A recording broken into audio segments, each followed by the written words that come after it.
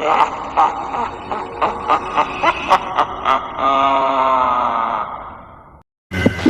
पानी के अंदर किसी के होने का एहसास हुआ। कोई चीज तैर कर किनारे पर आ रही थी, वो भी मेरी तरफ। वो काफी तेजी से मेरी तरफ बढ़ रही थी और पानी जोर जोर से हिल रहा था। जब वो किनारे पर आई तो मैं जोर से चिल्ला पड़ा, कौन हो तुम? क्या चाहिए तुम्हें? अचानक बादलों ने मेरे आगे सब कुछ ढक दिया। सभी आवाजें बंद हो गई और बिल्कुल सन्नाटा छा गया।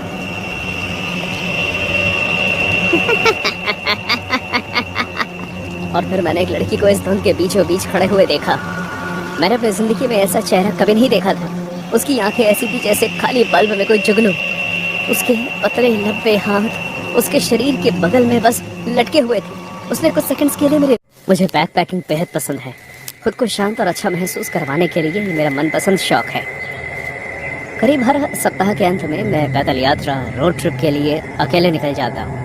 मैं काफ़ी शर्मीला व्यक्ति हूँ, जिस वजह से मेरा पिछला अनुभव काफ़ी डरावना था। एक मुश्किल प्रोजेक्ट खत्म होने के बाद मैंने अपना काम से 5 दिन की छुट्टी ली और घूमने के लिए प्रकृति के बीच चला गया। मैं हमेशा कैंपिंग जाने के लिए एक बैग तैयार रखता हूँ। मैं अपने साथ काफ़ी खाने का सामान और पीने के लिए पानी लेता। प्लान सिंपल था, मैं जंगलों के बीच गाड़ी चलाऊंगा और जहाँ जगह मिले वहाँ कैंप कर लूँगा। मैं ऐसा पहली बार नहीं कर रहा था, इसलिए मुझे नहीं पता था कि मेरे साथ ऐसा भी हो सकता है। पहले 3 दिन काफ़ी अच्छे बीते और आसानी से बीते।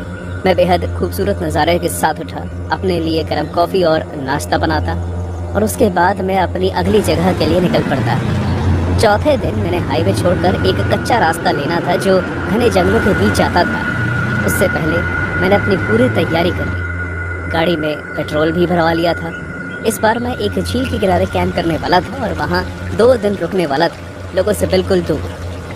मैं गैस स्टेशन से ड्रिंक्स खरीद रहा था जब स्टेशन के मालिक ने मुझसे पूछा, तो तुम यात्रा पर निकले हो? हाँ। क्या तुम आज रात जंगल में ही बिताने वाले हो? हाँ। क्यों? उस आदमी का चेहरा बदल गया। उसने अपनी शक्ल नीचे की और धीमी आवाज में कहा, क्या किसी ने तुम्हें मरियम के बारे में नहीं बताया? मैंने उसकी बात सुनकर शक्ल बना ली। वो बोलता रहा, मरियम एक खूबसूरत नौकरानी थी जो अपने मालिक से भागने की कोशिश कर रही। एक रात वो भाग निकली और जंगलों में चली गई। वो एक अनजान जगह पहुंची, जगह जहां गुंडों ने उसका बलात्कार किया और बाद में जान से मार डाला। ओ अब बस भी करो, तुम सिर्फ मुझे डराने की कोशिश कर रहे हो, लेकिन ये मुझ पर नहीं चलेगा। मैंने उसे सामान के पैसे दिए और वहाँ से निकल गया। जब मैं जा रहा था तो वो आदमी पीछे से कुछ न कुछ कहता रहा कि मुझे रात में जंगल में नहीं रहना चाहिए। मैं आधे रास्ते तक पहुँच चुका था जब मौसम बदल गया। सूरज की रोशनी के आगे काले घने बादल आ गए और फिर तेज बारिश होने लगी, लेकिन मैं रुक नहीं सकता था, इसलिए मैं धीरे धीरे आगे बढ़ता रहा। मुझे डर था कि तेज गाड़ी चलाने पर गाड़ी पलट सकती है, क्योंकि तूफान अपने जोर पर था। इसलिए जिस जगह मुझे दोपहर तक पहुंच जाना चाहिए था वहां मैं शाम के बाद पहुंचा। ये एक ऊबड़ खाबड़ जगह थी। किनारे पर तरह तरह के फूल और घास लगी हुई थी, जिस वजह से वहाँ थोड़ी दुर्गंध भी थी। शुक्र है यार, चांद की रोशनी झील पर पड़ रही थी। मैंने थोड़ी लकड़ी इकट्ठा की और आग लगाकर उसके सामने बैठ गया। जब मैं थोड़ा अच्छा महसूस करने लगा तो मैंने अपने लिए एक ड्रिंक निकाली और रात का खाना बना लिया। मुझे दूर एक झरने की आवाज़ आ रही थी। मैं सुबह जल्दी उठकर उसे देखने जाना चाहता था। मैंने अपने लिए फ्राइड एग्स, बेकन और रेमन नूडल्स बनाए। एक मुश्किल यात्रा के बाद मुझे काफ़ी भूख लगी हुई थी। करीब 8:30 बजे ही मैं अपने टेंट में चला गया और किताब पढ़ने लगा। मुझे झील के किनारे से पानी की आवाज़ें आ रही थी। जंगली कीड़े और साथ ही साथ लकड़ी में आग जलती की आवाज़ भी सुनाई दे रही थी। करीब 5 सेकंड बाद इन सभी आवाज़ों में एक और आवाज़ शामिल हुई। कोई झील में तैर रहा था। मुझे जंगलों के बीच पानी में छप छप होती आवाज़ भी सुनाई देने लगी। मैंने अपनी टेंट की जिप खोली और एक किनारे से बाहर झांक कर देखा। बाहर काफ़ी धुंध थी। धुंध ने झील को एक कंबल की तरह ढक लिया था। तभी मुझे पानी के अंदर किसी का सर दिखाई दिया। मैंने फौरन उस पर टॉर्च मारी तो वह सर पानी के अंदर चला गया। मेरे अंदर एक अजीब सी हिचकिचाहट हुई। क्या वो कोई इंसान था? मैं अपने टेंट से बाहर निकला और टॉर्च से उसे ढूंढने लगा। मुझे कुछ दिखाई नहीं दे रहा था। मैं अपने टेंट में वापस जाने के लिए पीछे बढ़ा कि मुझे दोबारा पानी से आवाज़ आने लगी। मैंने फिर से पानी में टॉर्च मारी। वो 2 बार झिलमिलाई और फिर बंद हो गई। हद है। मैंने अपने हाथ से टॉर्च पर मारने लगा, लेकिन वो नहीं चली।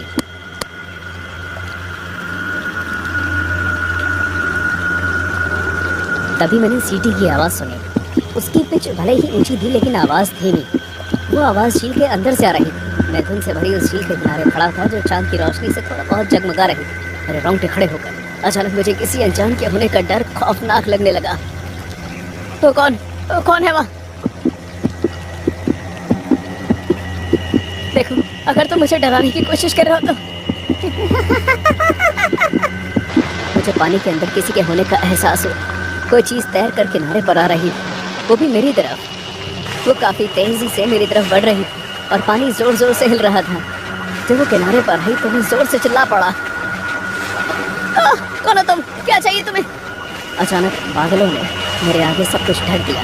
सभी आवाज़ें बंद हो गई और बिल्कुल सन्नाटा छा गया।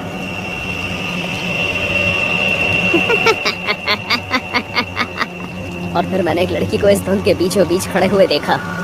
मैंने अपनी जिंदगी में ऐसा चेहरा कभी नहीं देखा था। उसकी आंखें ऐसी थी जैसे खाली बल्ब में कोई जुगनू। उसके पतले लंबे हाथ उसके शरीर के बगल में बस लटके हुए थे। उसने कुछ सेकंड्स के लिए मेरे रूह के अंदर तक झांका और फिर अपनी आंखें बंद कर ली। मेरा शरीर डर के मारे सुन पड़ गया, लेकिन किसी तरह मैंने खुद को संभाला। मैंने एक बार फिर टॉर्च चलाने की कोशिश की और वो चल गई, लेकिन इस बार वो मेरे सामने नहीं खड़ी थी। मेरे आगे बस धुंध की मोटी परत थी। कांपते हुए हाथों से मैं उसे आसपास रोशनी की मदद से ढूंढने लगा। चले जाओ यहाँ से! मैं सदमे के लिए तैयार नहीं था, इसलिए मैं कीचड़ में गिर गया। वो लड़की अब मेरे सामने खड़ी थी। वो जमीन से करीब 4 फीट ऊंचाई पर हवा में थी। उसका मुंह खुला हुआ और उसकी आंखें भी। और फिर मैंने धुन बनाने की आवाज़ सुनी। जैसे ही वो आवाज़ तेज हुई, उस लड़की के मुंह और आंखों से हजारों मक्खियाँ निकलने लगी।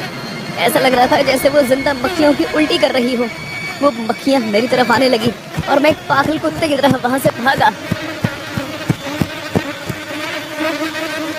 उसके बाद मुझे बस अपना सामान लेकर वहाँ से भागने का इरादा ही मन में आ रहा था।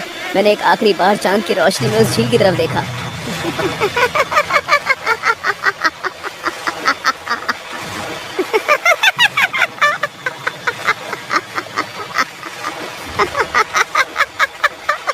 और वो लड़की पानी पर खड़ी होकर नाच रही थी और किसी भूत प्रेत की तरह हंस रही थी। जब वो चक्कर ले रही थी तो उसके लंबे बाल हवा में झूम रहे थे। उसने अपनी बाहें आसमान की तरफ फैलाई। उसकी हंसी रात में वहां गूंजने लगी। उसके इस नाच में उसके पागलपन की खुशी झलक रही थी। ये देखना बहुत ही खौफनाक था। मैंने उसी रात उस जगह को छोड़ दिया।